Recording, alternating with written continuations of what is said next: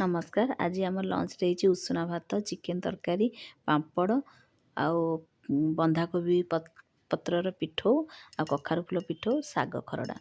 मुझा प्रोसेस केमती सब करी देखौची। प्रथमे बंधाकोबी रे टिके पिठो पकेदेली। पिठो रे पियाज रसुण आउ जीरा पकईकी बाटी देइतिली।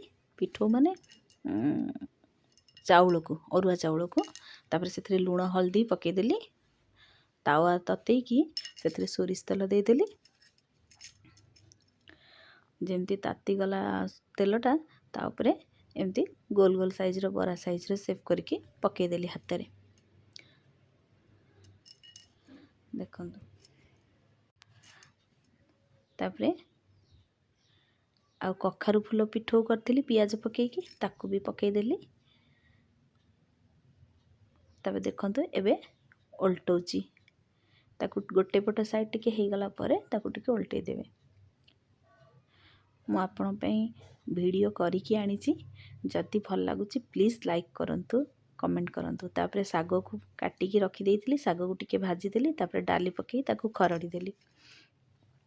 डाली पकई खरड़िले टिके भल लागे बोली डाली पकई खरड़ी देइची।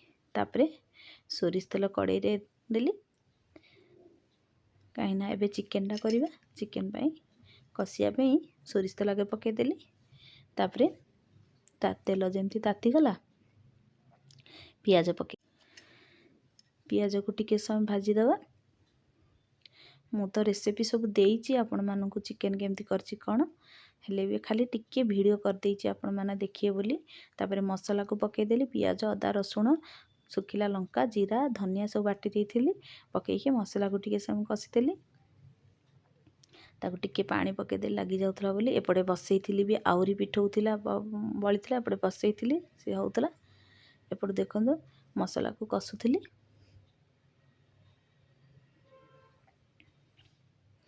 तापरे चिकेन को धोईकी नहीं आसिली। चिकेन एबे पकईदेली। तापरे ताकू टिके एपट सेपट करदबा। आकू गोळेई देली मसाला सहित जेते ताकू घांटीबे सेते से टेस्ट आसीबो। ताकू गोळेई मीडियम फ्लेम रे ताकू घोड़े घोड़े घोड़े घोड़े कसिबे।